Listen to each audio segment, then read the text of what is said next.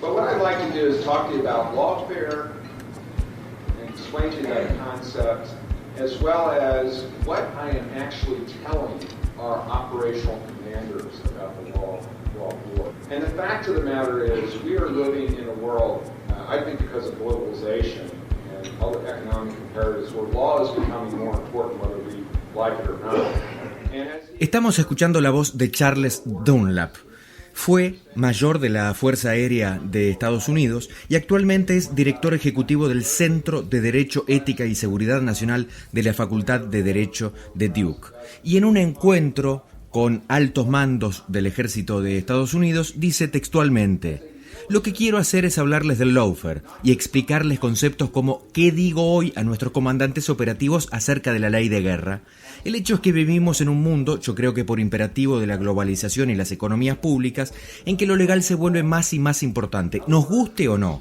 Como se observa cuando vas a la guerra, los comandantes senior entienden de esto. No es simplemente vamos a la guerra, síganme, sino que más bien apunta a que es muy jurídico y complejo, por lo que se lleva un abogado o una docena de abogados. Hablo de conflictos bélicos conformes a la ley como imperativo estratégico, como imperativo militar, no como algo bueno para hacer, ni porque seamos humanitarios ni grandes personas, sino estrictamente desde una perspectiva militar maquiavélica, un tipo de guerra asimétrica que yo, Charles Dunlap, llamo lawfare. In other words, it's a strategy, a deliberate strategy of using law or misusing law as a substitute for traditional military means to achieve a military objective.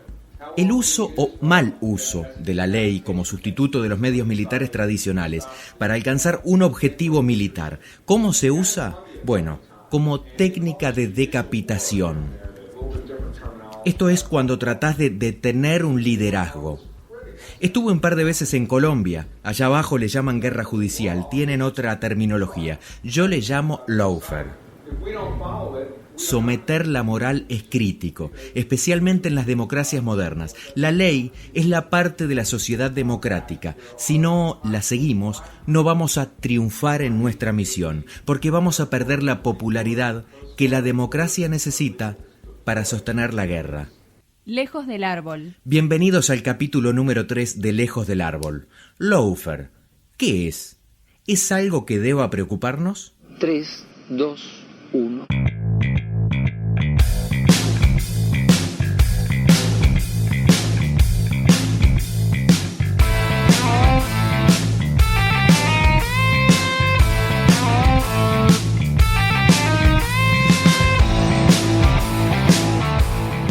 Es muy interesante haber escuchado recién al creador de la estrategia, o por lo menos el hombre que dijo esto tiene que ser una estrategia de defensa nacional de Estados Unidos, porque deja claro que no es una teoría de algunas personalidades del mundo político en distintos países de América que han dicho que son víctimas del lawfare. Bueno, si nunca escucharon, y me parece muy interesante que en varios países de nuestro continente se hable de esto, que quienes nunca escucharon la palabra presten atención, que se informen un poquito sobre qué es y cómo se aplica. Y por eso voy a hacer un Lejos del Árbol hoy con una parte que es la teoría del lawfare, y vendrá en algunos días un segundo capítulo con ejemplos de lo que es el lawfare en la práctica, para que se entienda todavía mucho más. Queda claro a través de lo que dice Charles Dunlap que esto no es, como decía recién, una teoría. Están escuchando a su creador contar qué es. Diciendo que Estados Unidos, bueno, esa parte la van a escuchar ahora, que lo tiene que aplicar como una estrategia, y que la estrategia es nada menos que decapitar liderazgos.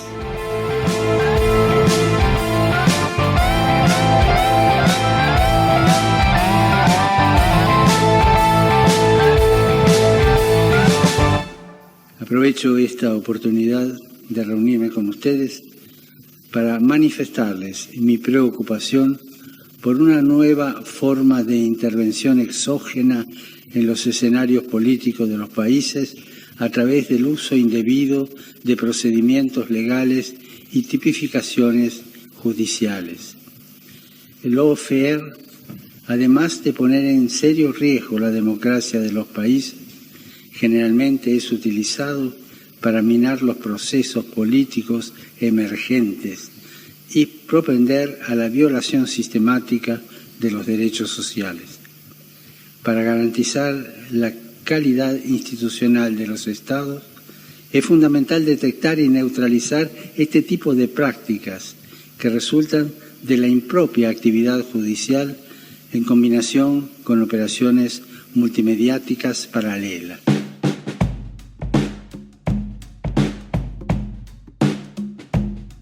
El Papa dice agente exógeno, evita nombrar a Estados Unidos, pero Dunlap aclara que es una estrategia que Estados Unidos debe aplicar para defenderse. Welcome to the Defense and Aerospace Report. I'm Vago Muradian here in Washington, D.C., where we're covering the Center for a New American Security's annual strategy conference. Esto está tomado de un video del canal interno de la Fuerza Aérea, dice Vago Muradian, el periodista reportando desde el centro de la conferencia anual de estrategia en seguridad. Tenemos el honor de estar con uno de los líderes expertos en lawfare en el mundo, el mayor general retirado de la Fuerza Aérea Norteamericana, Charlie Dunlap, en su definición de lo que es guerra legítima contra combatientes ilegales no uniformados, y le pide que le hable de cosas en que el gobierno de Estados Unidos y sus aliados necesitan pensar respecto a esto. Y ahí va la respuesta. What we need to do is look at it as a strategy, and it needs to be formally incorporated into our strategies. Lo que necesitamos es ver al lawfare como estrategia e incorporarlo formalmente en nuestras estrategias. ¿De dónde saqué este invalorable documento? De un documental que no pueden perderse, Lawfare in the Backyard, Guerra Judicial en Latinoamérica. Backyard es patio del fondo. Lawfare en el patio del fondo de Estados Unidos, como a muchos por allá por el norte les gusta mencionarnos a nosotros. Es invalorable ese documental porque permite entender muchas de las cosas que han ido pasando en los últimos años en distintos países latinoamericanos. No solo les voy a recomendar el documental, que les repito, ahí lo pueden ver al hombre que diseñó esto como una estrategia para Estados Unidos, diciendo esto tiene que ser una estrategia incorporada a las estrategias de defensa de Estados Unidos. Les repito, Charles Dunlap, que fue mayor de la Fuerza Aérea Norteamericana, estuvo en varias guerras, cuenta, lo van a ver en el documental, que por ejemplo en la zona del Medio Oriente Estados Unidos tiene hasta 500 abogados trabajando en este tipo de temas que vamos a ir viendo a lo largo de los próximos minutos. ¿Por qué? ¿Por qué tantos abogados? ¿Cuál es el rol de abogados y de la justicia en general para lo que él dijo en la introducción de este podcast, decapitar liderazgos? Y no solo les voy a recomendar ese documental, les repito, Lawfare in the Backyard, Guerra Judicial en Latinoamérica, sino que voy a conversar un rato con su creador y director. Y a lo largo de esta charla vamos a ir también compartiendo audios que afirman esto que podía parecer en algún momento una teoría, pero que escuchándolo a él queda claro, escuchándolo a Dunlap, que no es una teoría, que es una estrategia y que se ha desarrollado y que varios países latinoamericanos lo han padecido. Y después vendrá un segundo capítulo con la pregunta de si en Uruguay deberíamos preocuparnos por este tema. Uruguay al que siempre todo le llega tarde. Bueno, pero les dije, no solo les recomiendo el documental, sino que también voy a conversar un ratito y vamos a ir compartiendo distintos audios con el documentalista argentino Leandro Carvalho, que con ese apellido tan brasilero es argentino. Muchas gracias por atenderme, Leandro, ¿cómo estás? Hola, ¿cómo estás? Bueno, muchísimas gracias primero que nada por comunicarte y por tus palabras. Para nuestro trabajo que nos llevó muchísimo tiempo, y saludos al Uruguay, saludos a todos y a todas que están escuchando este podcast. Bueno, contame, porque vos hablas en plural y era una de las primeras cosas que te quería preguntar. ¿Cómo fue que se hizo Lawfare in the Backyard, Guerra Judicial en Latinoamérica? Porque obviamente un documentalista no hace nunca su trabajo solo, y sé que hay una cooperativa por ahí también. ¿Cómo fue que produjeron esto que tiene más o menos 50 entrevistas en distintos países sobre distintos aspectos del lawfare? Y después vamos en realidad a lo que es lawfare. Contame con quiénes lo hiciste y por qué se metieron con este tema. Bueno, La verdad es que nosotros somos una cooperativa audiovisual, Nuestra América Audiovisual es una cooperativa que se forma con este proyecto. Yo soy cooperativista comunicacional desde muchos años atrás y bueno, básicamente nos convocan desde el Comité de Solidaridad de la CTA, de la Central de Trabajadores Argentinos, que es uno de los principales espacios que nuclean gremios, sindicatos en la Argentina, histórico.